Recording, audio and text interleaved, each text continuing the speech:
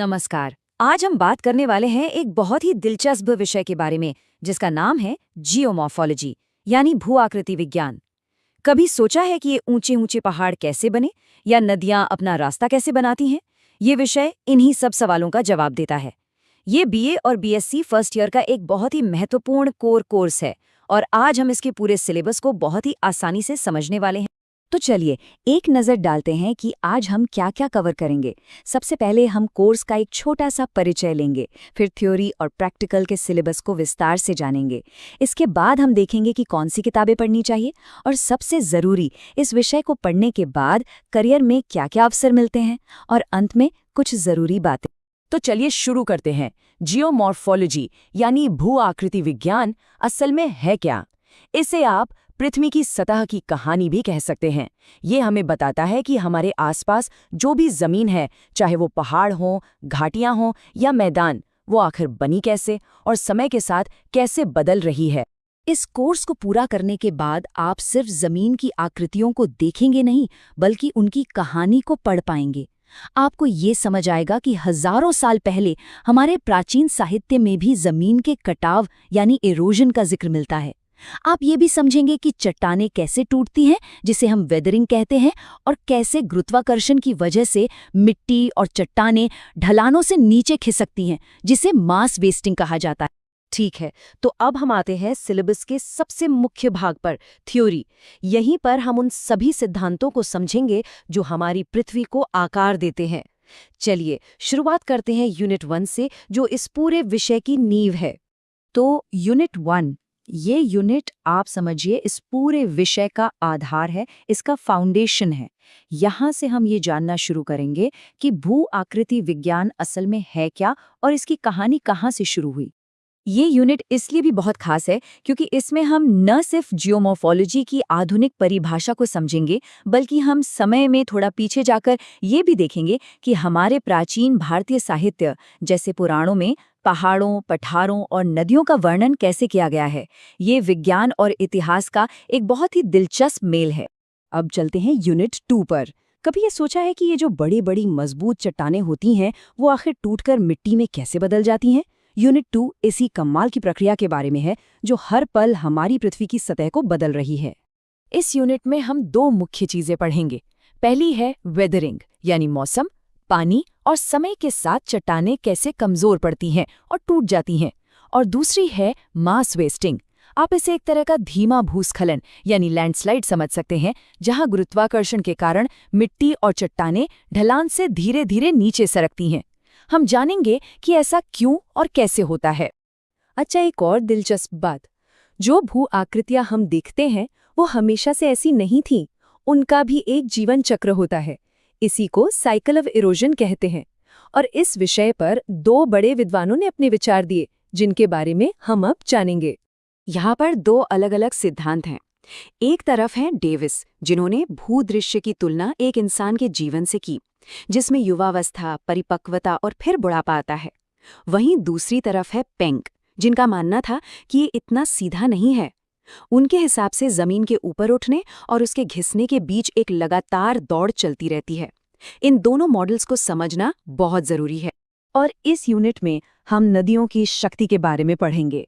देखिए, नदियां सिर्फ पानी का बहाव नहीं है, वे इस धरती की सबसे बड़ी मूर्तिकार हैं। हम देखेंगे कि कैसे एक नदी पहाड़ों को काटकर वी आकार की घाटियां बनाती है और कैसे अपने साथ लाई हुई मिट्टी से उपजाऊ मैदान और डेल्टा बनाती है।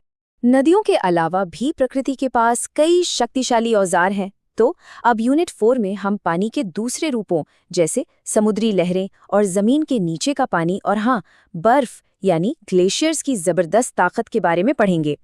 हम देखेंगे कि समुद्री लहरें कैसे समुद्र तटों को बनाती और बिगाड़ती हैं। फिर हम जमीन के नीचे की दुनिया में जाएंगे, जहां जमीन के अंदर का पानी चूना पत्थर को घोलकर अद्भुत गुफाएं बनाता है, जिसे कार्स्ट टोपोग्राफी कहते हैं। और आखिर में हम ग्लेशियरों की धीमी लेकिन बहुत शक्तिशाली ताकत का अध्ययन करेंगे, जो अपने पीछे यू आकार की घाटियां और मोरेन छोड़ जाते हैं। तो अब हम आते हैं अपनी आखिरी थ्योरी यूनिट 5 पर।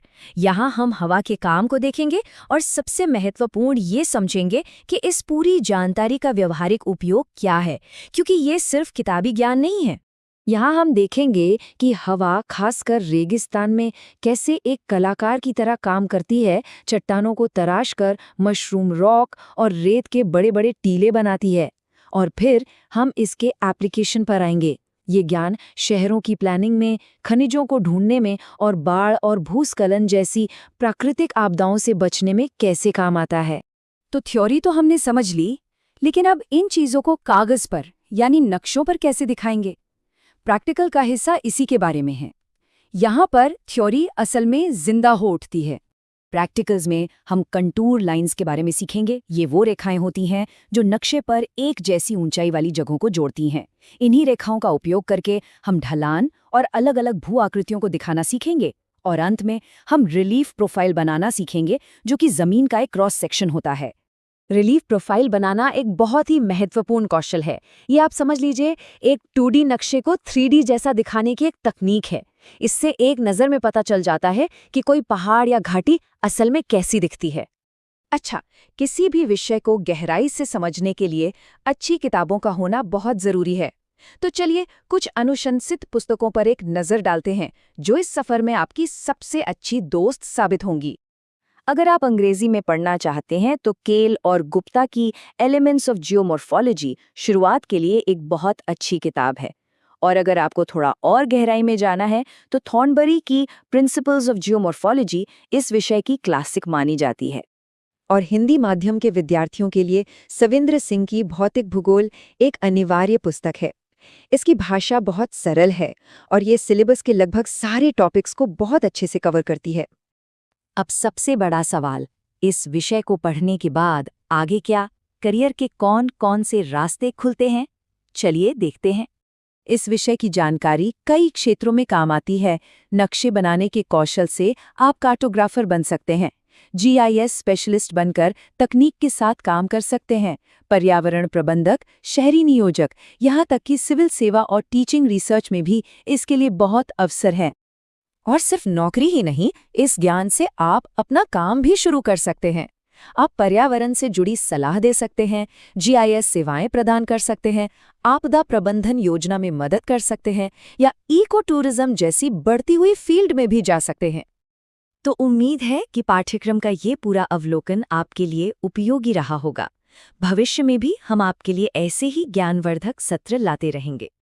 और जाते जाते एक छोटा सा काम, अब जब आप उन शक्तियों को जानते हैं जो इस धरती को आकार देती हैं, तो अब अपने आसपास थोड़ा अलग नज़र से देखिए। अपने शहर या गांव में देखिए कौन सी भू आकृतियां हैं। क्या कोई नदी है, कोई छोटी मोटी पहाड़ी है या दूर तक फैला मैदान है? इस ज्ञान को वास्तविक दुनिया से जोड़ना ही सीखने का सबसे अच्छा तरीका है। धन्यवाद। Don't forget to subscribe for more amazing content like this.